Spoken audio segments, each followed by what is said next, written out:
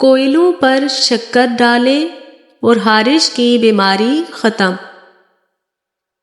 Harsh کی بیماری سے نجات کے لیے کوئلے لے کر اسے گرم کر لیں، پھر اس کے اوپر شکر جو گڑ کی بنی ہوتی ہے وہ آہستہ آہستہ اوپر ڈالتے جائیں، اس کی دھونی اپنے پورے جسم پر لیں، یہ بیماری ختم ہو جائے گی۔ ٹینشن کا آخری علاج۔ آپ جب رات کو سونے کے لیے لیٹ جائیں تو اپنے دائیں ہاتھ کی شہادت کی انگلی سے اپنی پیشانی پر لفظ اللہ لکھیں۔ یہ پیارا پیارا نام بغیر اعراب کے 66 مرتبہ لکھنا ہے۔ جب بھی ایک بار نام لکھیں اور نام مکمل ہوتے ہی زبان سے بڑی رقت کے ساتھ یہ نام ادا بھی کرنا ہے، یعنی ایک دفعہ اللہ کا نام لکھا اور ساتھ ہی زبان سے اللہ کہنا بھی ہے۔ انشاءاللہ اس عمل سے ٹینشن اور ڈپریشن سے نجات مل جائے گی اور روحانیت بھی نصیب ہوگی۔ تھکی زندگی پھر سے فریش۔ تمام دن کام کاج کی وجہ سے تھکاوٹ ہو جائے تو رات کو سونے سے پہلے اول و آخر 7 مرتبہ درود پاک پڑھیں، پھر 33 بار سورہ کوثر کا ورد کریں اور اپنے جسم پر پھونک ماریں۔ انشاءاللہ تھکاوٹ دور ہو جائے گی اور صبح اٹھتے وقت بھی تھکاوٹ محسوس نہ ہوگی، بالکل فریش اٹھیں گے۔ ایک مٹھی چاول کا عمل اور صدقہ کے کرشمات۔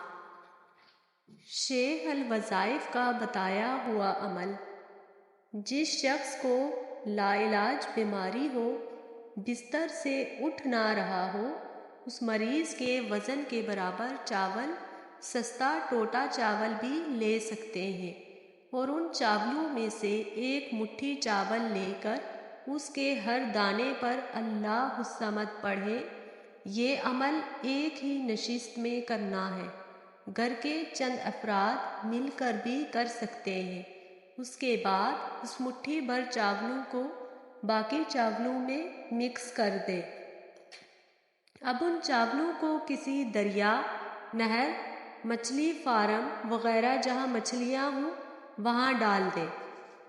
اگر نہر، دریا وغیرہ میسر نہ ہو تو قبرستان میں کسی صاف جگہ پر پھیلا کر ڈالیں جہاں پرندے کھا جائیں۔ انشاءاللہ بہت جلد مریض حیرت انگیز طور پر ٹھیک ہو جائے گا۔ جن کی شادی نہ ہوتی ہو وہ بھی یہ عمل کر سکتے ہیں۔ یہ عمل ہر 3، 7 یا 30 دن بعد مرض کی نوعیت کے مطابق چند بار کریں۔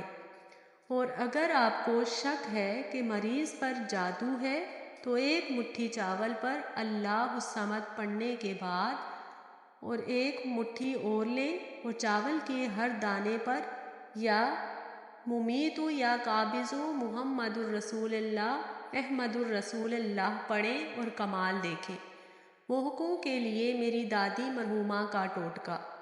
دادی مرحومہ نے محقوں کو ختم کرنے کے لیے میری والدہ کو ایک ٹوٹکا بتایا تھا جو میری والدہ کے ذریعے مجھ تک پہنچا۔ نہایت آسان، مجرب اور آزمایا ہوا ٹوٹکا ہے۔ کسی پان فروش سے پان کے ڈنٹھل اور تھوڑا سا پان پر لگانے والا چونا لے لیں۔ ڈنٹھل کو چونے کے ساتھ اتنا مس لیں کہ ڈنٹھل سے پانی نکلنے لگے۔ اب اس چونا لگے ڈنٹھل کو مسے یا موقع پر لگا دیں۔ چند گھنٹوں یا رات پر لگا دینے کے بعد اس کو اتار کر دھو لیں۔ تھوڑا عرصہ اس پر عمل کریں۔ مسے اور موقع آہستہ آہستہ خشک ہو کر جھڑ جائیں گے اور کوئی نشان بھی نہیں چھوڑیں گے۔ نوٹ: پان اور چونے پر مشتمل یہ پانی جلد پر آسانی سے نہیں ٹھہرتا ہے، اس کے لیے اس پر سنی پلاسٹ لگا لیں یا پھر کپڑے سے باندھ لیں۔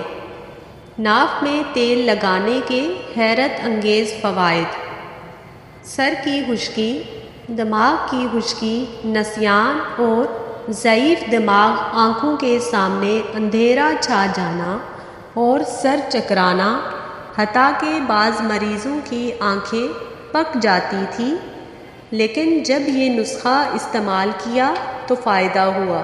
ہونٹوں کا پکنا، خشکی، مسائل ہونا، سیاہی مسائل ہونے وغیرہ کے لیے اکثری نسخہ ہے کہ تیل کا لگانا نگاہ کو تیز کرتا ہے، جسم کی سستی، کاہلی اور ڈھیلے پن کو دور کرتا ہے۔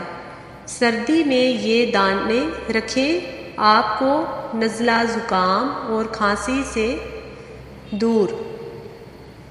تھوڑی مقدار میں السی کے بیج 1 گلاس پانی میں ڈال کر اس وقت تک ابالیں جب تک یہ گاڑھا نہ ہو جائے، پھر اس کو چھان کر چند قطرے لیموں کا رس اور شہد ملا کر نوش فرمائیں۔